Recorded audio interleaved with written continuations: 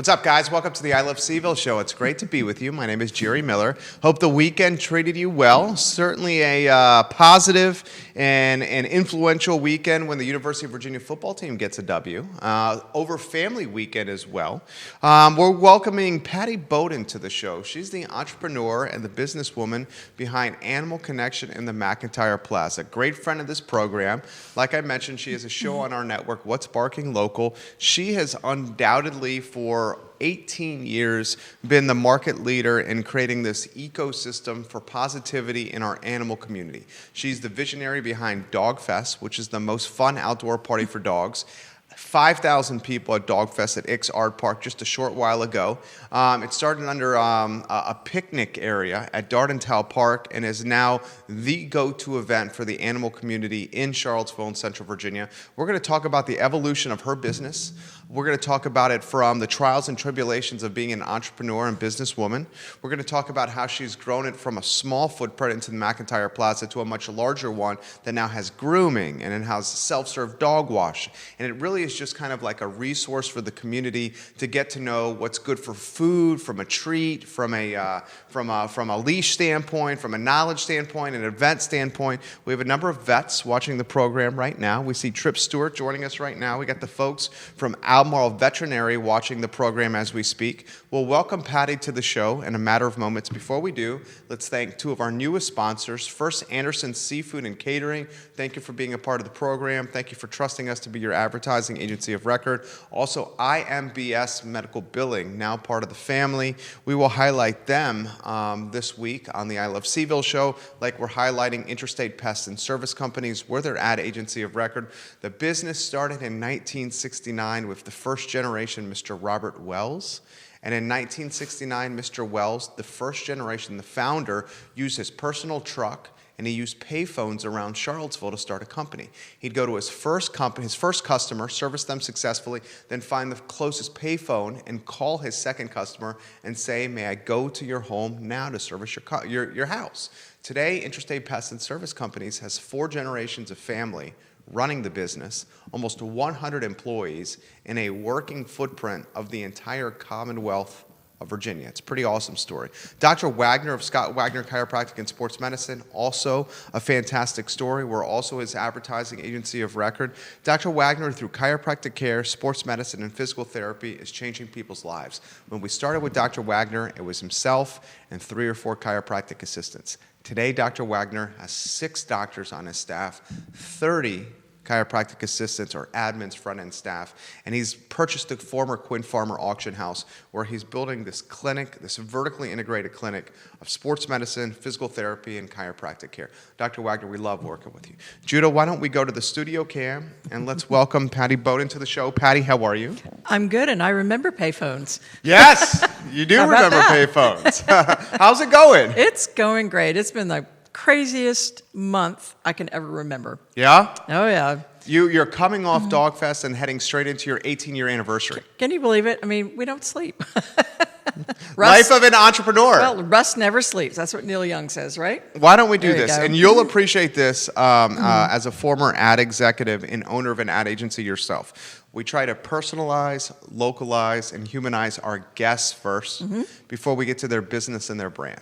So first question we throw to everybody is, who is Patie Boden? What makes her tick? Oh, my goodness. Wow, how long do you have? As long as you need. I mean that, too. Wow.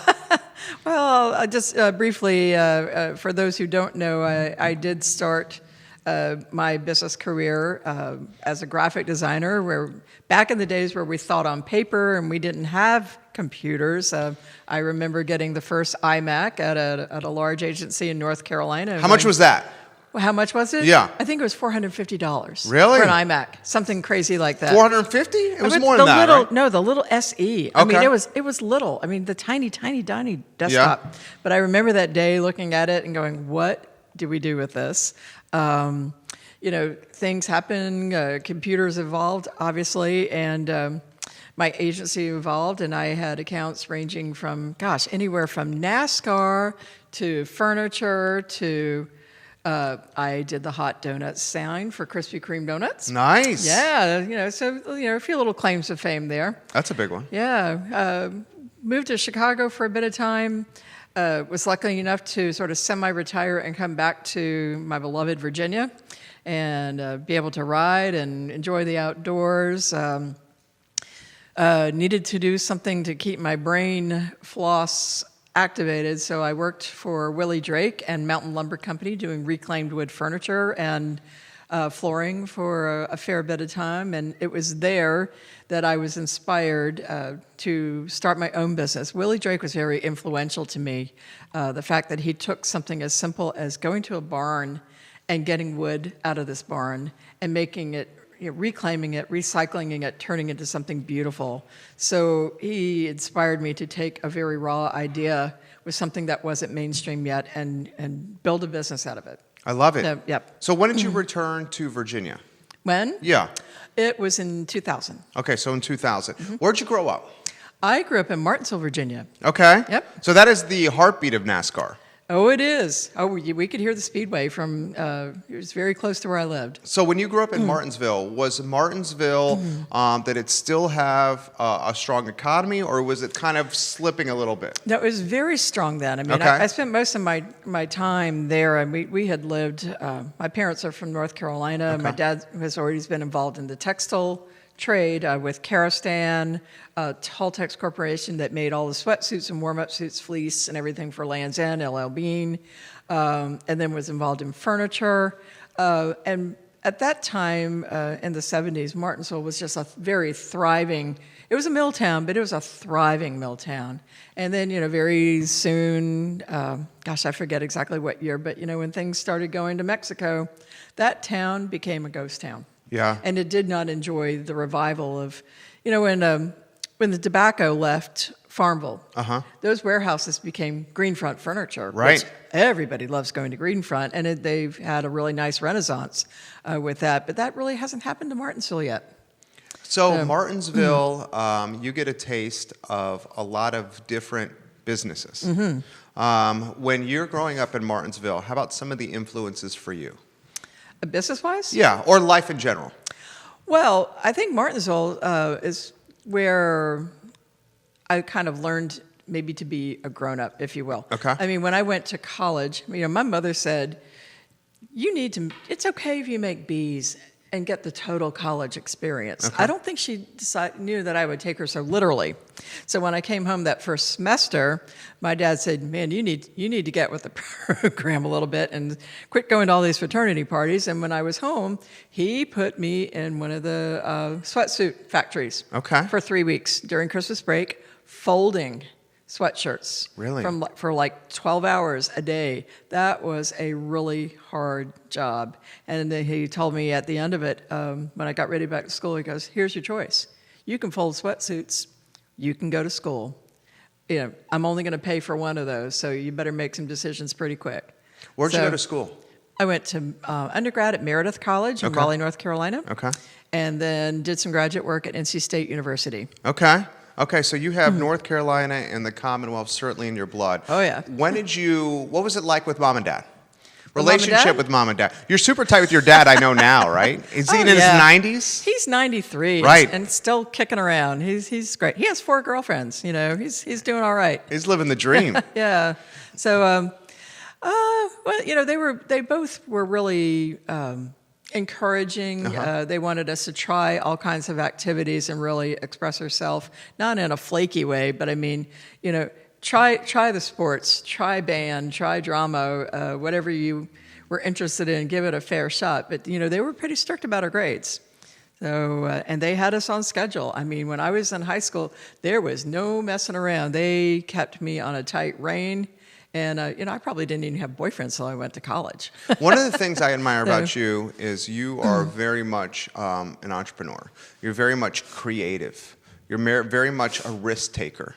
You're willing to try things, throw them against the wall. If they stick, you keep going that direction. If they don't, you pivot. Right. Did you always where did that mindset come from? Well, I think I was always creative. I always liked art and music very, very much. And, I would always choose the art classes before calculus, algebra. I mean, I really didn't see the point of proving proofs that had already been proven or doing chemistry. Loved biology. I was did the best drawings of anybody there. But But yeah, I always wanted to do a different road. I mean, I really hated when you were giving tests, either in high school or in college. They would give you true or false. Well, I wanted true, false, maybe. Give me some room to write an essay and explain how I'm thinking, and as opposed to just it's either A or B or C. I wanted true, false, and maybe. So that was always a little bit difficult for me to take a test when I really needed to have a discussion and prove a point. Did you realize that, once you realized that advertising and creativity were the professional path you would pick? Well, I didn't at first. I mean, I started, believe it or not, as an art and home ec major. Really? Yep. I was going to either do something with textiles or fashion, and then I thought maybe cooking might be interesting, and then I got into a graphic design class at Meredith College that really inspired me, where we really learned how to think on paper and create the big idea. And it was during my senior year at Meredith that I was also allowed to take classes at NC State in their graduate school of textile design and graphic design. And that was super. I mean, one of the teachers that inspired me there had been a former art director with Pepsi Cola. And then I had another one that had been with big agencies with like McKinney Silver Rocket and Burkhead and Fallon and Gallagher. I mean, these are the Leo ones. Burnett, right. The big advertising agencies. And that was, that really set sail with me. That's what I want to do. I want to think of creative, weird ideas that the public are going to love. Did you end up, correct me if I'm wrong, in Chicago? I did. How did that happen?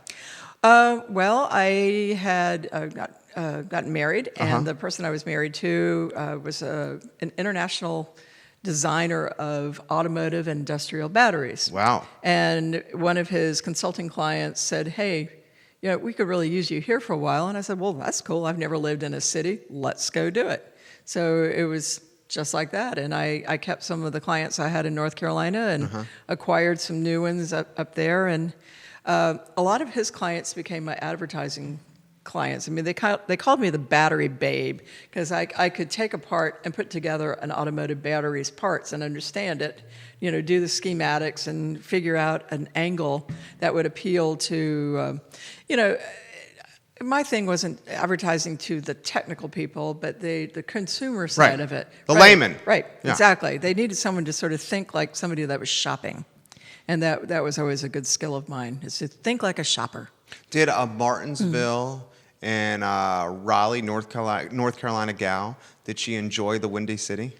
I loved it. You did? I love cold weather. I love the vibe in Chicago. I love the neighborhoods. I mean, yes, I like things in the Loop and the art museums, but it was getting into the neighborhoods where there's interesting galleries and bars and music and things going on. I still like to go there, especially in February, surprisingly, because a lot of the bands that are getting ready for summer concerts, you might find them in a little club like the size of the Southern here, and you can walk up and say, hi, Mick Jones, of the Clash, who's then had big Audio Dynamite. I mean, you could go and just get that close to people and hear some really great music. Your buddy and your neighbor, Binos Bustamante, watching. Yeah. Lauren, my wife, watching. Vic Hey. Bright, Carol Schwab Barnett, giving you some love. Yay. Bellamy Brown, watching right now. Give it All a right. like and a share on any of the streams you're watching. We'll get to the questions as well. So, Chicago to Virginia? Yes. To Charlottesville? Yes. I mean, that is like, was that like a tough move there? No, I mean, You were ready?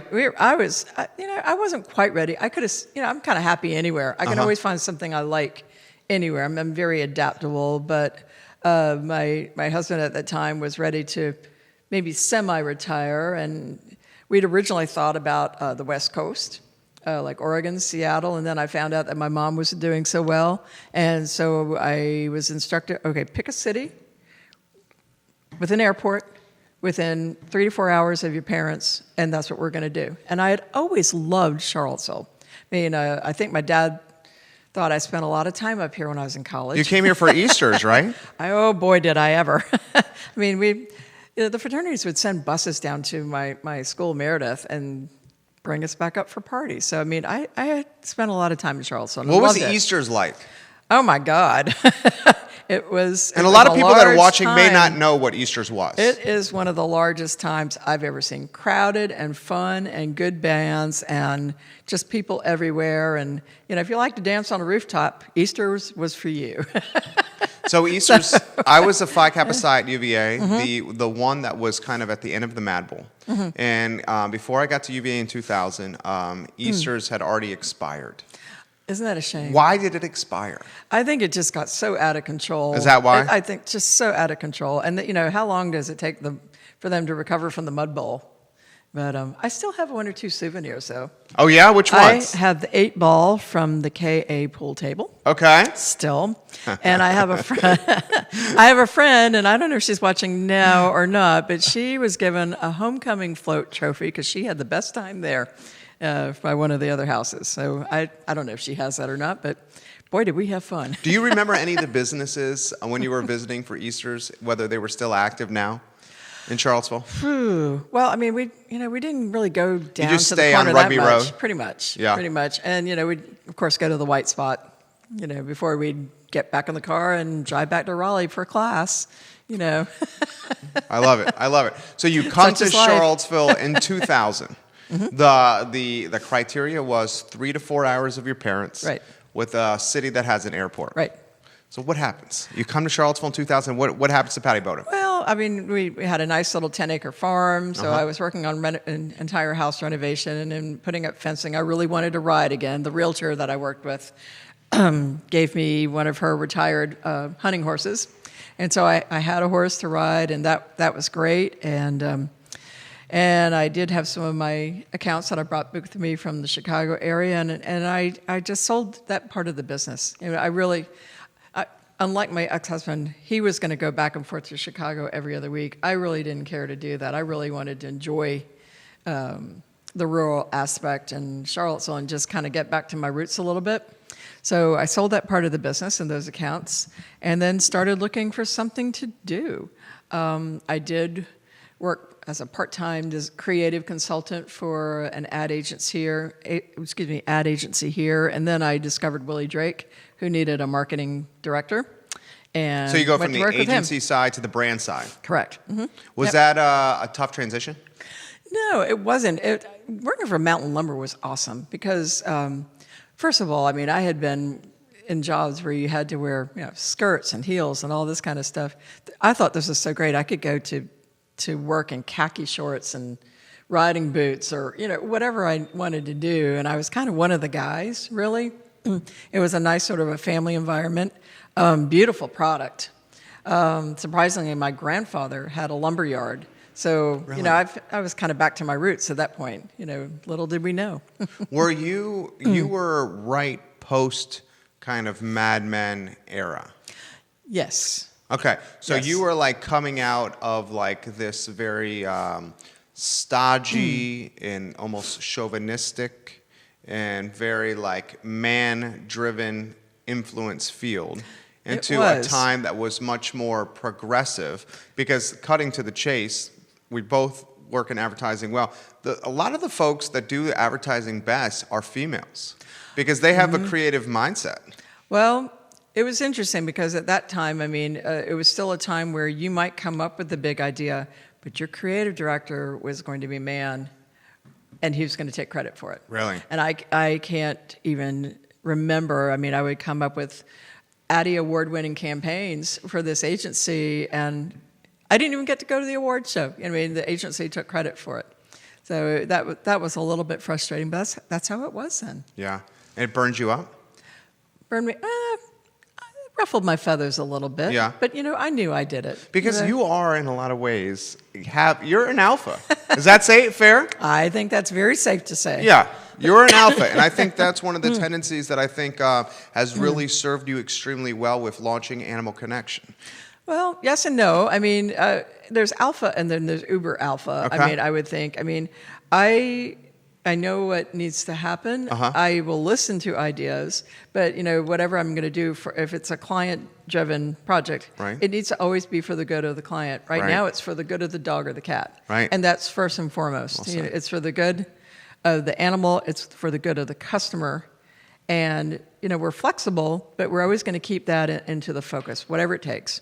I admire a lot of you, and we've been working together, guys, for 3 years, our business and Patty's business, and we've had the pleasure of working alongside her brand and helping put a lot of the fabulous ideas into play from a marketing and branding standpoint.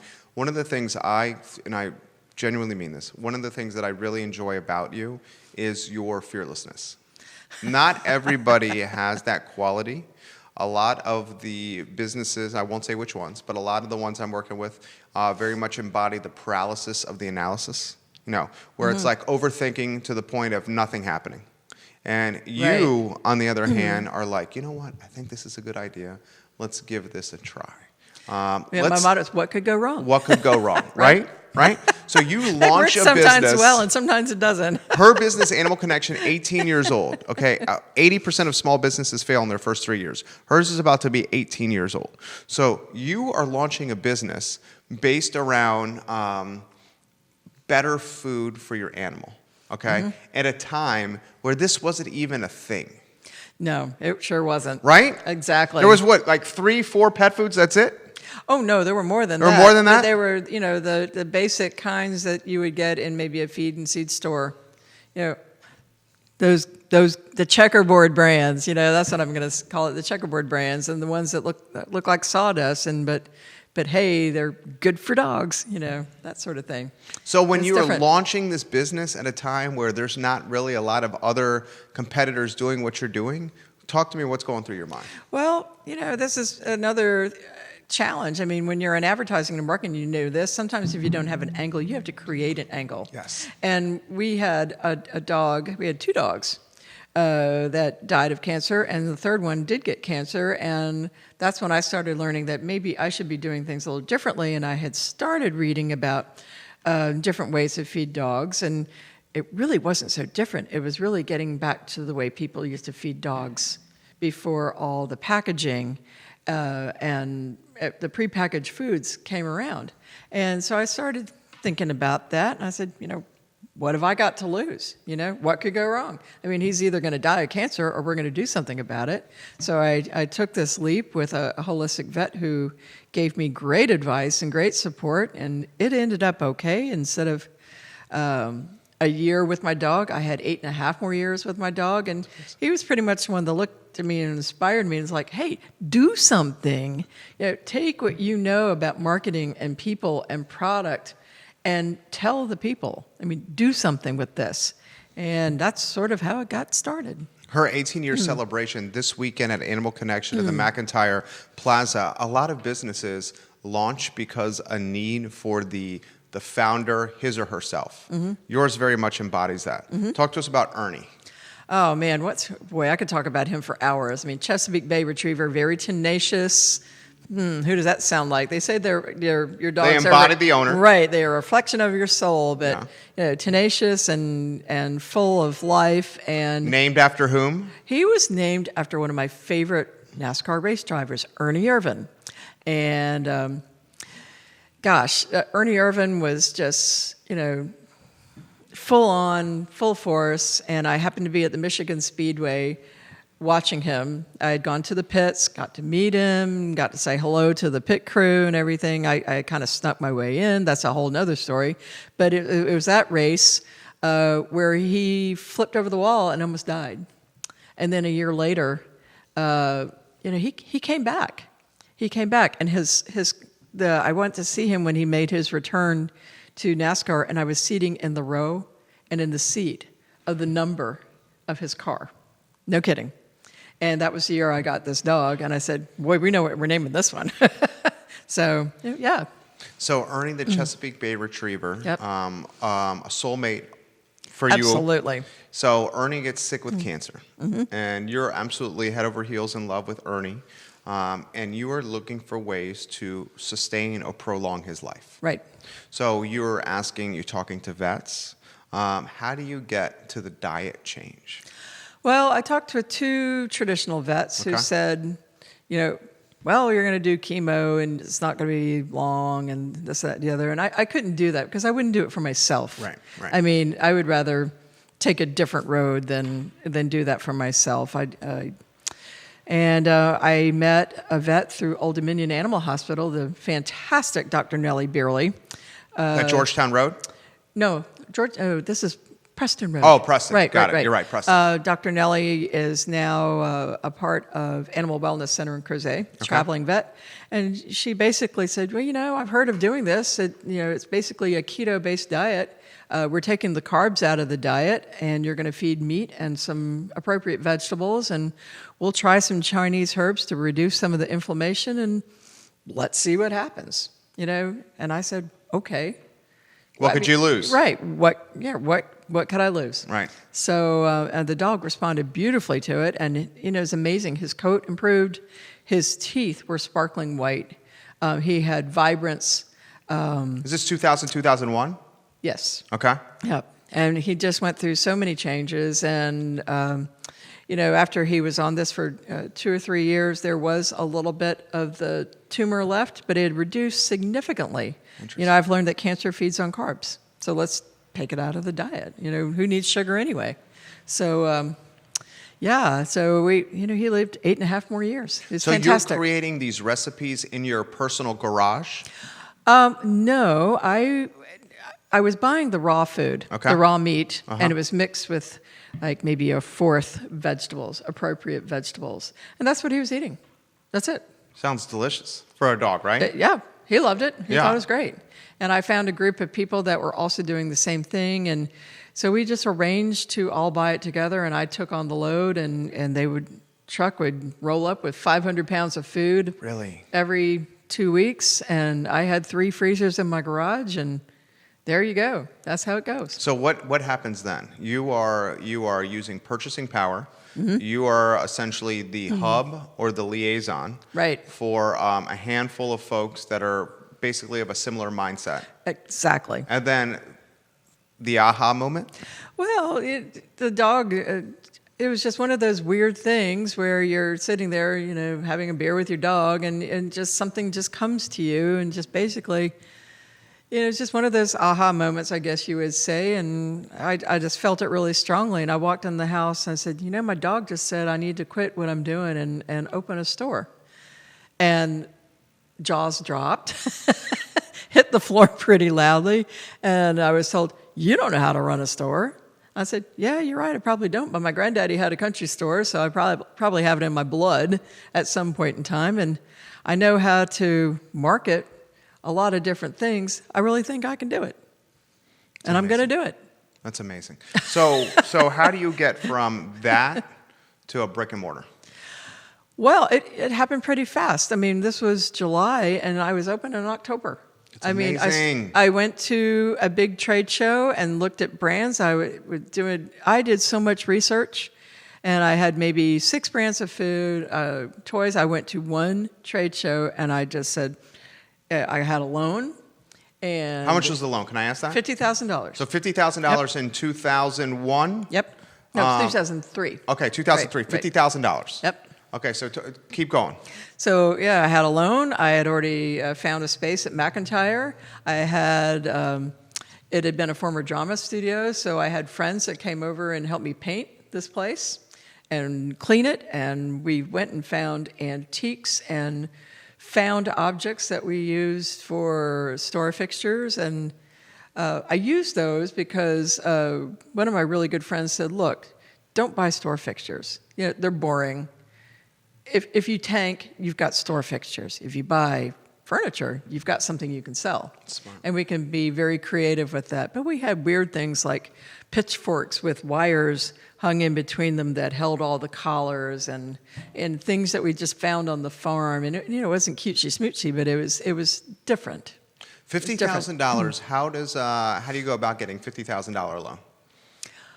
I just walked in with a business plan. Did you? And said I need it, and had a good record, and I just did it. I mean, I have no idea why they gave it to me because now it's very difficult to get a loan like that now. Yeah, I mean, my business plan was a little bit woo-woo. I mean, it was, I want to be the epicenter and the creative place for dogs, and where people can connect and, love their animals and find nutrition and find a vet, and it wants to be real connections. And they're just like, all right, Blondie, what kind of money you got?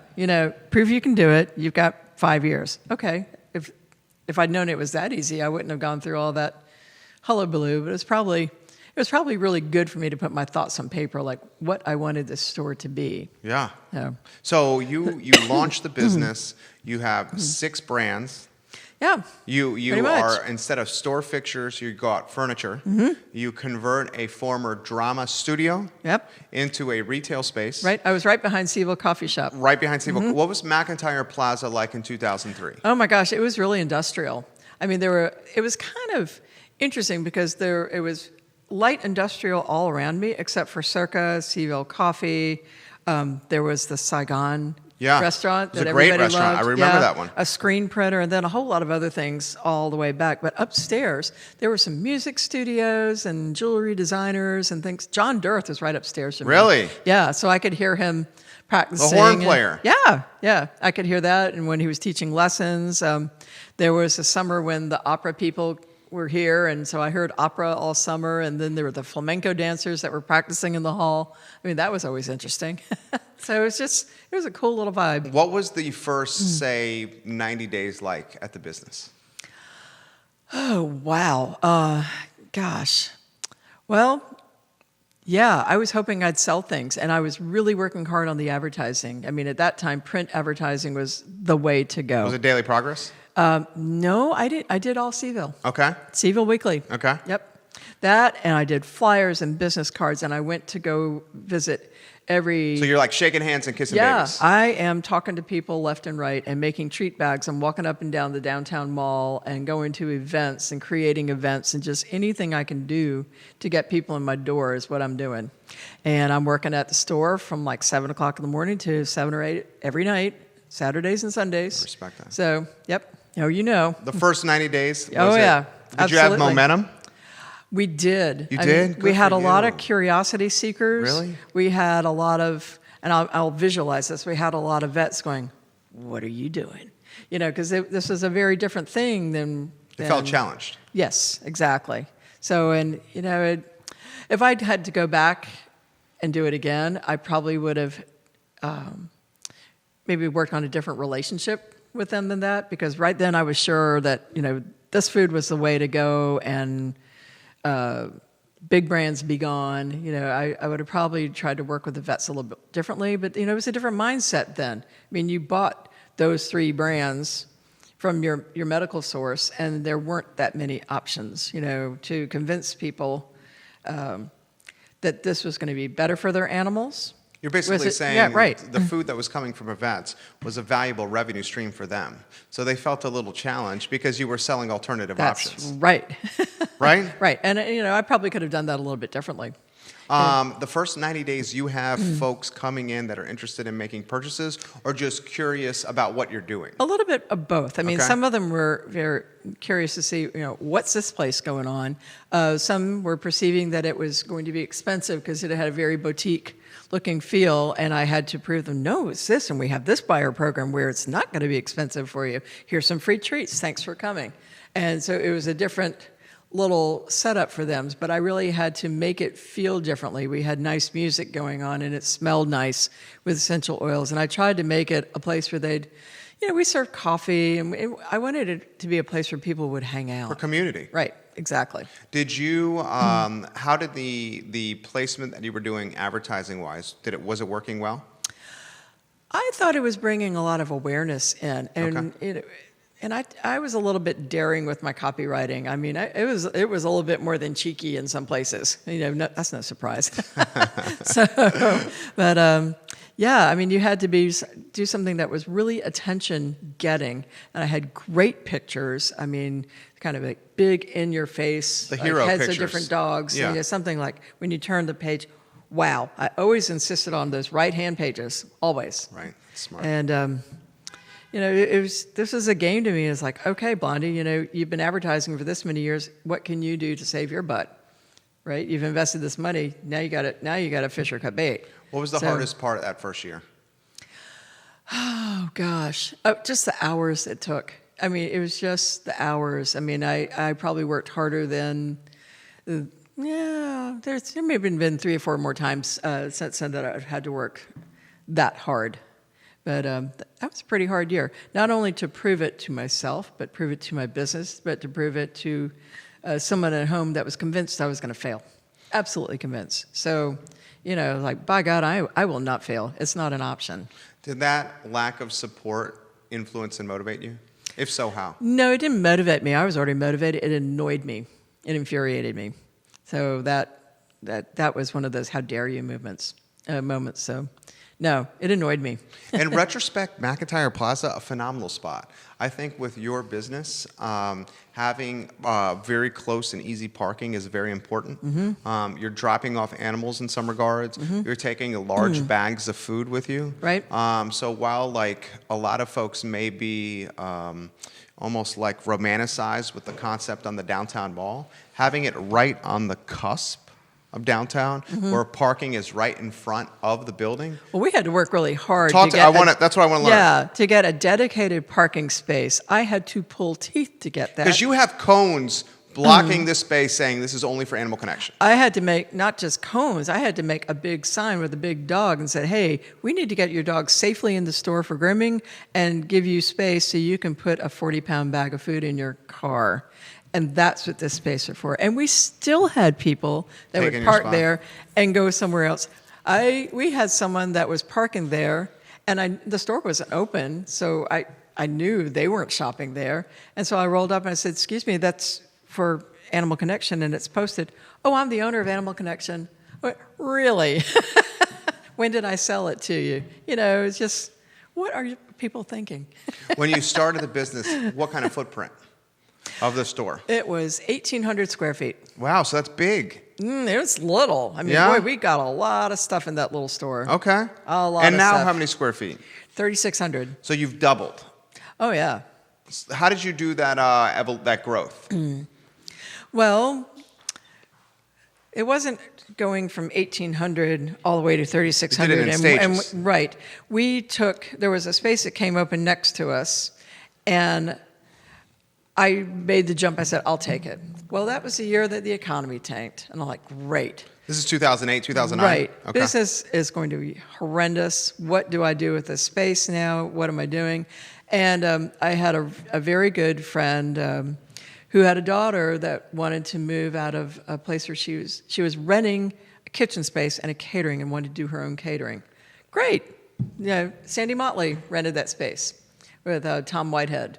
And so I had this fantastic caterer, and we shared a storage room, and we shared wall space, and they were making yummy things that made my store smell fantastic. And we just had a great relationship, for many, many years, sharing space. Let me throw this to you. I really appreciate your willingness to pivot and evolve the model. When did you start integrating the grooming piece into your business? Well, it was about the second year, and I had a really good friend who was buying food for himself and he was a farm manager, but he was also, he could groom dogs for different AKC breeds and did dog shows and everything, and he started being interested, and he said, I like to groom dogs, I said, great, let's set it up, so we basically took one of the bathrooms and put in dog tubs and gave him a place to play and set him loose. And you got traction right away? It was, because we decided that since we were a small place, we weren't going to be the place where dogs were going to come and stay all day. That wasn't going to work for us. We weren't going to be the place where they were all in crates, hanging out and getting stressed. We were going to do things differently. It was going to be a premium price. It was going to be one dog at a time. The dog came at its grooming time and went home as soon as they were done, and they would get a little extra service, like their teeth brushed, their nails not just trimmed, but grinded and shaped. And so that's the value proposition. Right, exactly. We were going to give them more value, and it was going to be less stress than going into a very big facility. And that's how we operated it, and it worked great for us. Right out of the gates? Right out of the gates. I mean, he was booked solid in a month. That's amazing. Yep. I love the fact that you're kind of turning this into your words, this little eco center or ecosystem or epicenter for animals, everything animals. You initially launched the business with a focus on dogs, cats, and horses. Talk to me about that. Well, the horse aspect was because You I love rode. doing it. I rode, Yeah. you know, and I still ride, and so I wanted to have that element. And nobody was doing dog, cat, horse, and a lot of horse people have dogs and cats and barns and vice versa. So I thought that would be a really nice niche, and the horse aspect was never really feed, but it was treats. Right. It was maybe some calming supplement that would be approved by horse show people. It was some gear. It was maybe some great-looking gifts. But, you know, it was always to have that tie-in between the dogs and the horses. Roger Voinze, welcome to the program. Peter McMines, he's the owner of Rockfish Breweries, watching right now. All right. Give it a like and a share on any of the streams that you're watching. Her 18-year anniversary for her business is this weekend. 18 years. We're going to get to that here in a matter of moments. Did you ever have, and we talk about this with everybody on the show, did you ever have doubts or fear or that scary moment or like, shoot, this might not work? Well, that economy tank was unsettling because, I mean, there I am with twice as much space as I had before, and it was basically what's plan B, what's plan F. You know, I was a little worried with that, you know, and unfortunately the catering took some of that, but I also, you know, the business was slowing down with the bypass construction was going on. And so now we've got all this traffic going up Harris Street, and it's going to be 2 years before it's settled down. So you had to find other little niches. I created an area in the horse area where, you know, nobody's doing consignment riding clothes. All these kids are going out of coats and boots and things faster than anything. So I created that little section of my store to sort of fill a little space. But, you know, you just had to be super, super creative.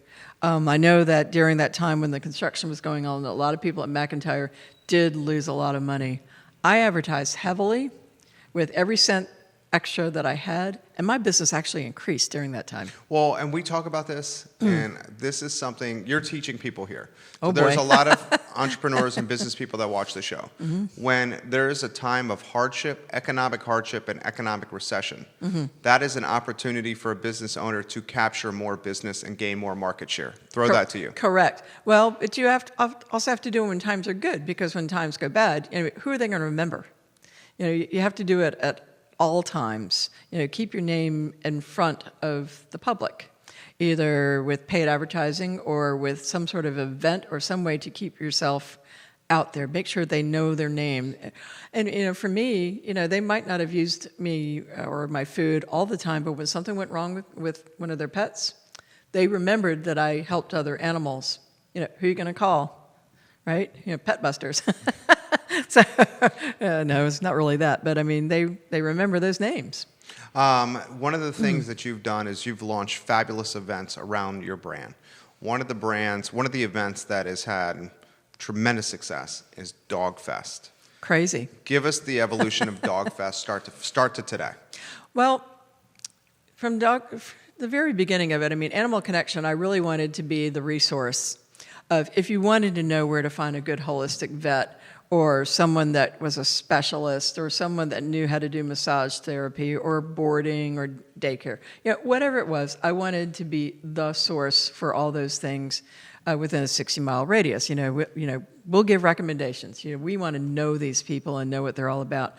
I will not recommend anybody that I haven't worked with personally. So I know that our recommendations are good and they're solid. And I just felt like there was, you know, with big boxes coming in and population increasing, I knew there were so many new people coming into town. I said, we really need to have a little something that showcases the local people that are doing things and doing them well. And gosh, the rescue groups could also use a little break always. There were so many smaller rescue groups that They all need money. Yeah, that are doing great things and need exposure. So, gosh, we did 2 events that year. We did the Easter. What year is this? Oh, gosh. Well, This is 11?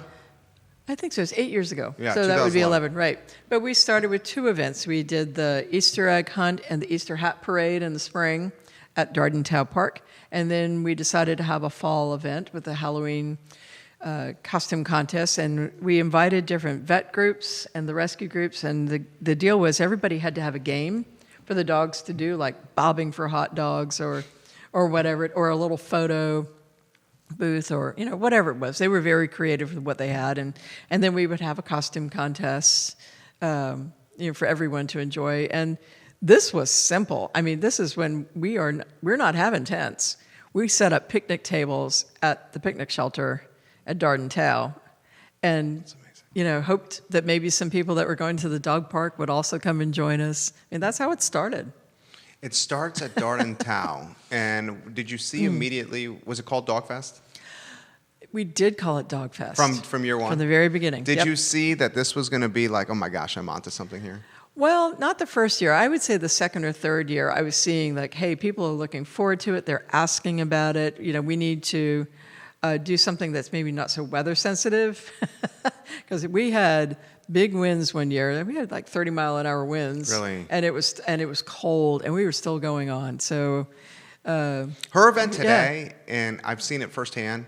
She's invited us as a judge. Yeah. And we talk about it on I Love CVille. Her event today, folks are coming from the other side of Richmond to enter the costume contest. People are talking about literally the event that just happened at Ix Art Park in September. I heard people leaving saying, this is what I'm going to do differently next Dog Fest. This is the costume I'm going to bring. I can't wait for next year. Yeah. Isn't that something? It's amazing. I You just built love it. this like second brand. This event with Oh, Dog boy, Fest I need that's more powered brands. by Animal Connection. I mean, it's just absolutely amazing what you've done. When did you decide to take it to Ix? Well, I thought, having it at the dog park was great, but I really thought we needed to attract the people that were downtown. And when Ix had that nice patio set up, and then the brewery went there, and now there's Brazos there and You have Sweet energy. House. Right. I thought we would attract, maybe people eating meals there and see what's going on.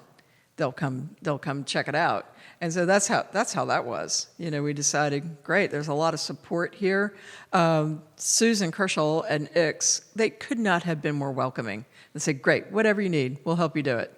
And when they added the stage so we could have the costume contests and have live music, that was just icing on the cake. This year they added a bar outside for us, and people were like, man, I didn't know you could do this at a dog event. It was dynamic. It was big fun.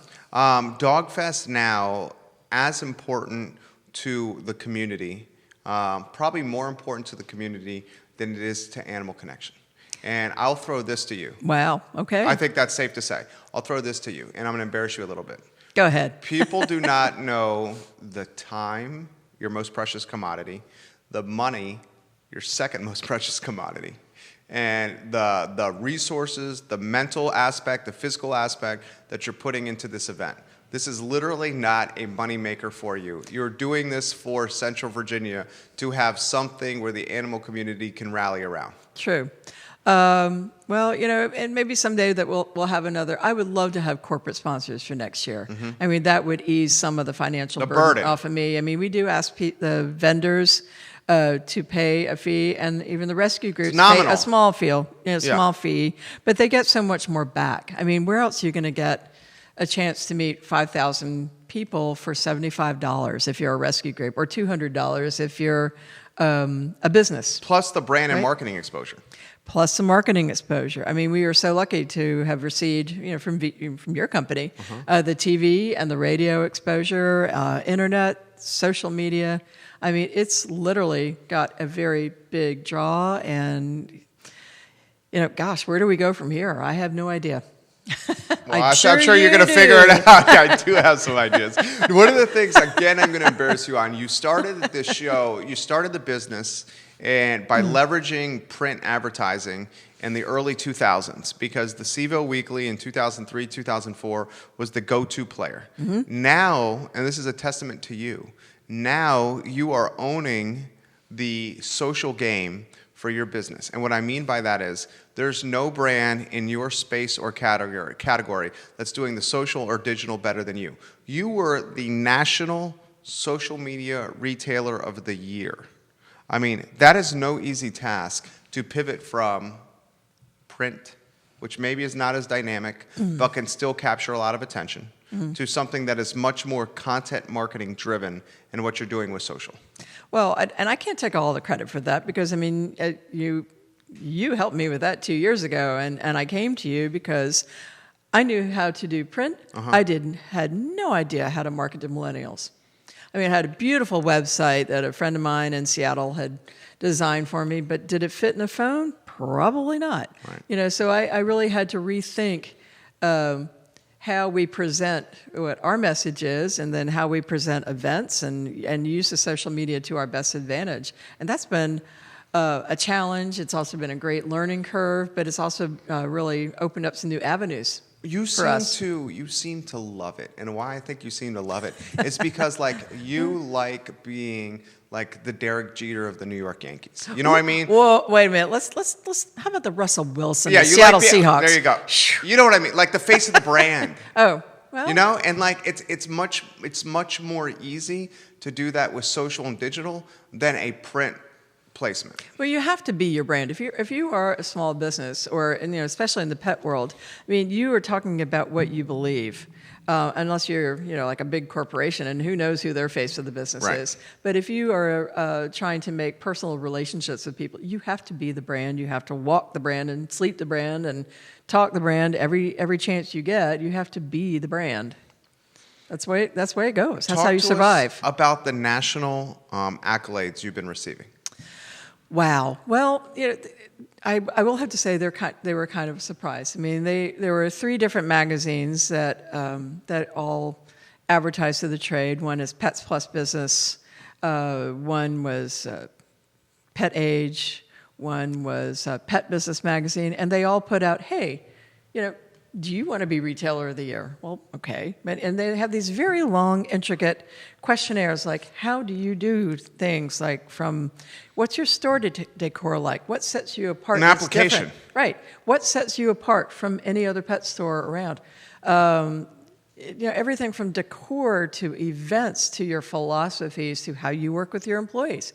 I mean, there are many facets of these interview type questions, and they are lengthy. The one that I sent in for the social media award, it was 10 pages of a Word doc, and pictures to support it, and pictures of our merchandise and things that we use to brand, like Santa Barks Local, or our shirts that say Bark Local. It's just whatever we do.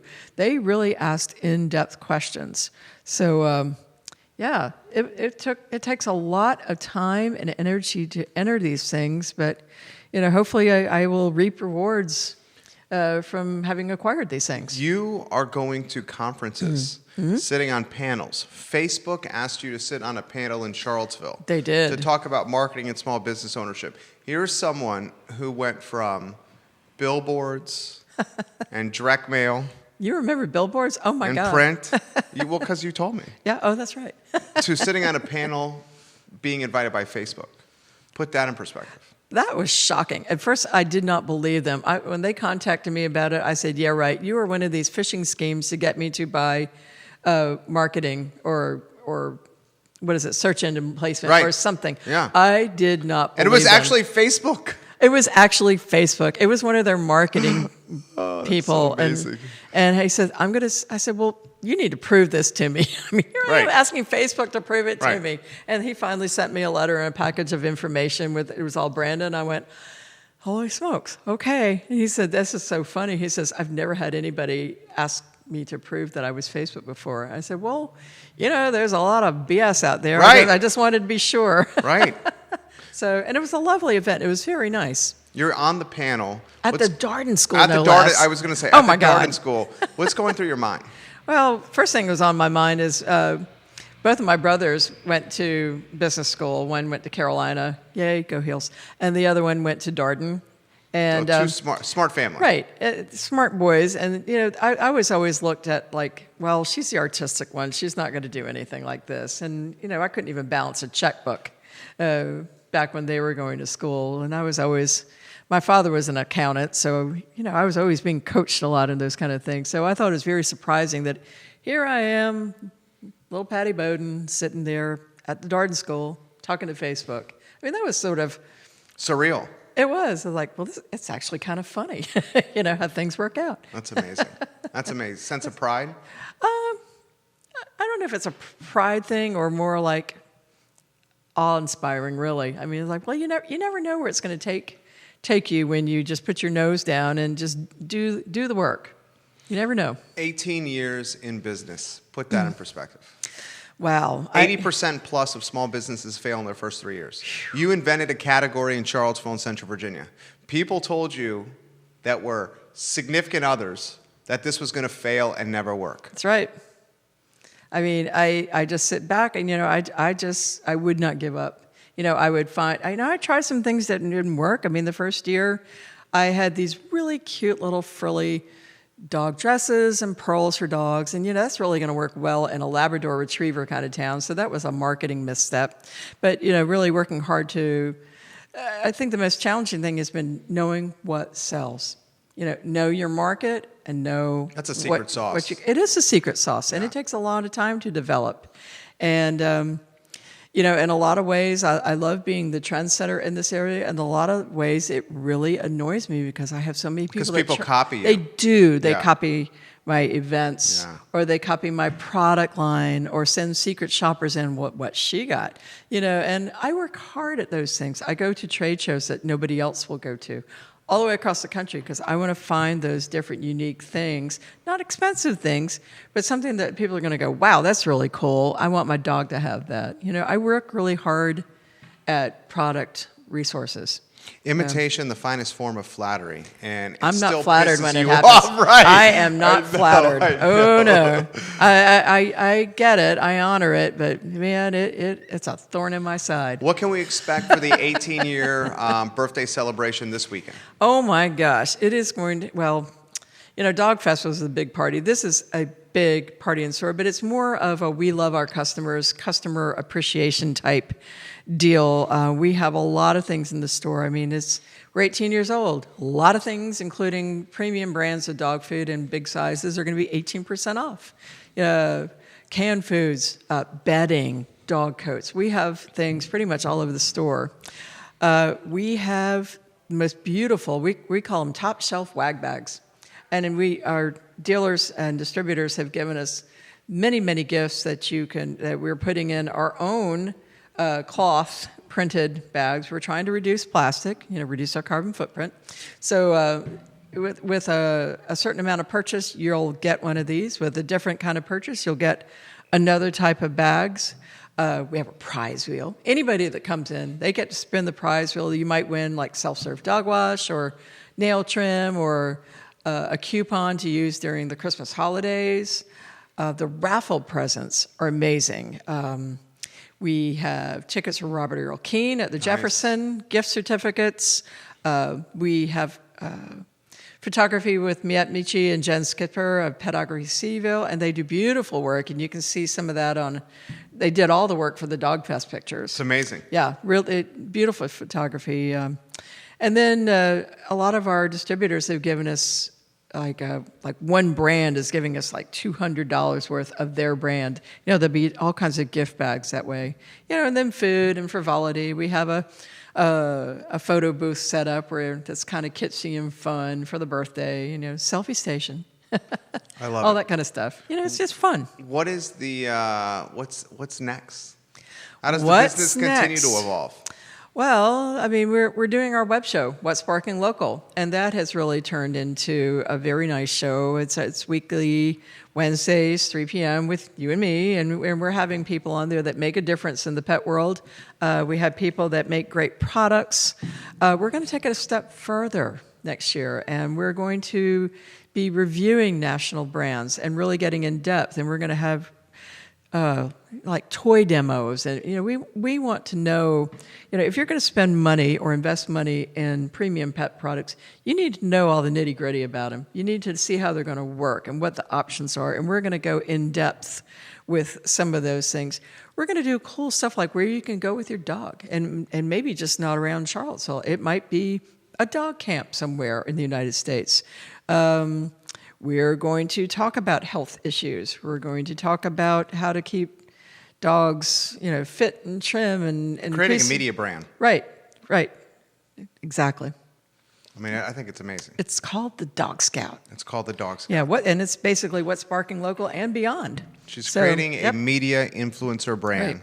where it's going to take content in the space and digest it, pun intended, and make it approachable, and then pass that firsthand knowledge onto consumers to make their life easier. Right, and it's going to be fun, and it's sort of in the vein of, being a real scout. I mean, there are going to be merit badges and fun things. It's going to be probably a lot of slapstick and a lot of humor, and it's going to be very watchable. This is gonna kill Well, if you and I are doing it, it's going to be, this is gonna kill it. There'll be bloopers that are always fun, and, who knows? I mean, it is evolving. But I can guarantee it'll be fun. I think it's going to be amazing. You have filled 65 minutes. Dear God.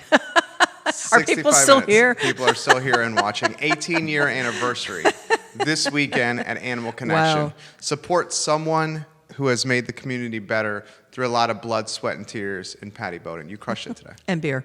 And beer. Will we have beer there?